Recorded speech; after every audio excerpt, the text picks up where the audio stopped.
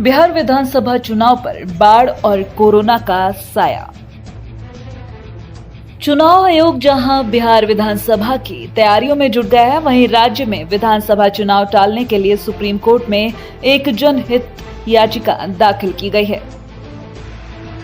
इस याचिका में कहा गया है कि बिहार इस समय कोरोना संक्रमण और बाढ़ से जूझ रहा है। ऐसे में विधानसभा चुनाव करवाना संभव नहीं है।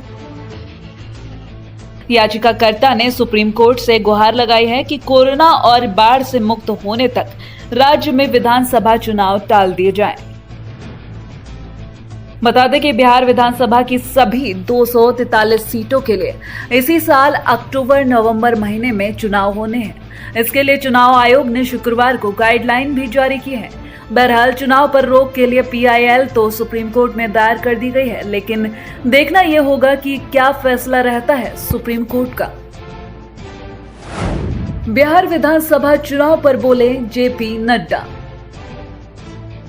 भाजपा प्रदेश कार्यकारिणी की 2 दिवसीय ऑनलाइन बैठक के दूसरे दिन रविवार को भाजपा के राष्ट्रीय अध्यक्ष जेपी नड्डा ने संबोधित किया, जिसमें उन्होंने आगामी विधानसभा चुनाव को लेकर प्रदेश कार्यकारिणी सदस्यों के सामने अपनी बात रखी। इस दौरान उन्होंने विपक्ष पर हमला करते हुए अपनी रणनीति प्रस्तुत की। वहीं इस दौरान उन्होंने बिहार में एनडीए गठबंधन को लेकर अपनी बात कही और ये भी साफ किया कि आगामी चुनाव में भाजपा, जदयू और लोजपा एक साथ मिलकर चुनाव लड़ेगी। बिहार भाजपा कार्य समिति की 2 दिवसीय बैठक के समापन समारोह को संबोधित करते हुए भाजपा के राष्ट्रीय अध्यक्ष जेपी नड्डा ने गठबंधन पर कहा कि बिहार में जनता ने हमेशा एनडीए पर भरोसा किया है। जब भाजपा, जदयू और लोजपा एक साथ चुनाव लड़ी है, इस बार के चुनाव में भी तीनों दल एक साथ खड़े होंगे। उन्होंने कहा कि भाजपा के कार्यकर्ता केवल अपनी सीटों पर ही नहीं बल्कि हर बूथ पर मजबूती से तैयारी करेगी।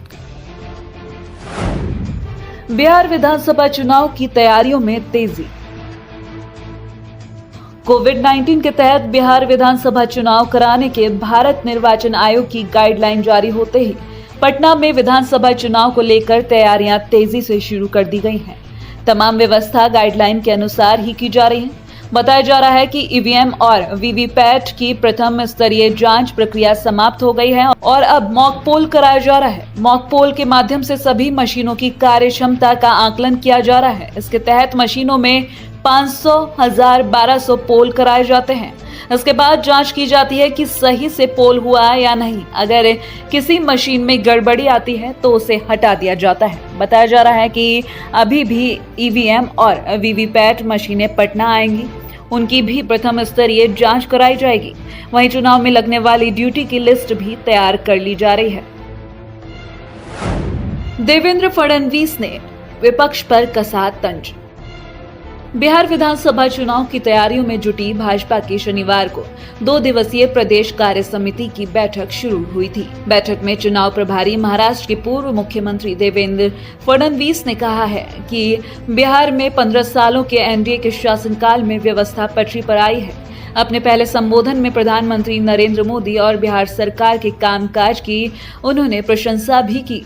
साथ ही राजद अध्यक्ष लालू प्रसाद यादव पर भी तीखा हमला किया। प्रदेश कार्यालय में कार्य समिति की वर्चुअल बैठक में पार्टी के बिहार प्रभारी सांसद भूपेंद्र यादव, प्रदेश अध्यक्ष संजय जायसवाल, मंत्री डॉक्टर प्रेम कुमार और नंदकिशोर यादव, विधायक संजीव चौरसिया ने भाग लिया।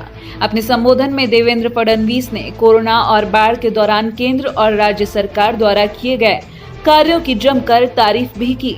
कोरोना के दौरान केंद्र सरकार द्वारा 20 लाख करोड़ के आत्मनिर्भर पैकेज के बारे में उन्होंने विस्तार से बताया। आपको बता दें कि फडणवीस को बिहार बीजेपी के चुनाव प्रभारी की जिम्मेदारी सौंपी गई है। पार्टी की प्रदेश कार्य समिति को संबोधित करने का उनका ये पहला अवसर था। चुनाव आयोग की बिहार के सभी जिलों के डीएम के साथ होगी अहम बैठक।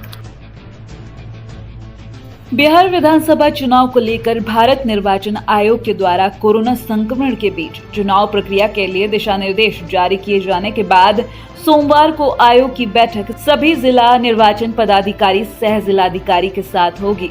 वीडियो कॉन्फ्रेंसिंग के माध्यम से होने वाली इस बैठक की अध्यक्षता बिहार के मुख्य निर्वाचन पदाधिकारी HR श्रीनिवास करेंगे। इस बैठक में विधानसभा चुनाव से जुड़े सभी प्रमुख पहलुओं पर चर्चा की जाएगी। ईवीएम की जांच, ईवीएम की सुरक्षा, मतदाता सूची में नाम अंकित किए जाने, सभी बूथों को चिन्हित करने के बाद वहां उपलब्ध सुविधाओं का आकलन, चुनावी सभाओं को लेकर चुनाव आयोग के निर्देश अनुसार तैयारी, मतदाता जागरूकता कार्यक्रम सहित कई बिंदुओं पर चर्चा और कार्य की प्रगति की समीक्षा की जाएगी। इस बैठक में सभी 243 विधानसभा क्षेत्रों के निर्वाची पदाधिकारी, सभी उप निर्वाचन पदाधिकारी, निर्वाचन विभाग के सभी वरीय अधिकारी शामिल होंगे। बिहार में बड़ा प्रशासनिक फेरबदल। बिहार सरकार के आदेश पर राज्य में बड़े स्तर पर प्रशासनिक फेरबदल किया गया है। बिहार प्रशासनिक सेवा के 39 अधिकारियों का तबादला कर दिया गया है। इसके अलावा 10 IAS अफसर भी अनुमंडल पदाधिकारी के तौर पर तैनात किए गए हैं, जिनके नाम कुछ इस तरह हैं।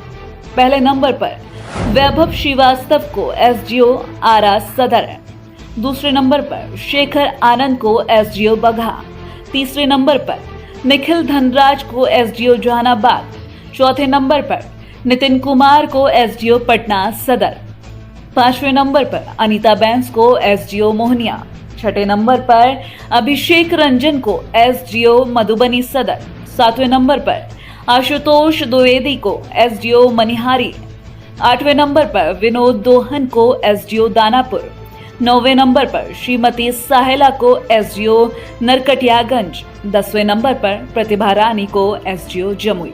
तो इस तरह से इस बड़े फेरबदल के बाद देखना यह होगा कि बिहार सरकार का अगला कदम क्या होगा।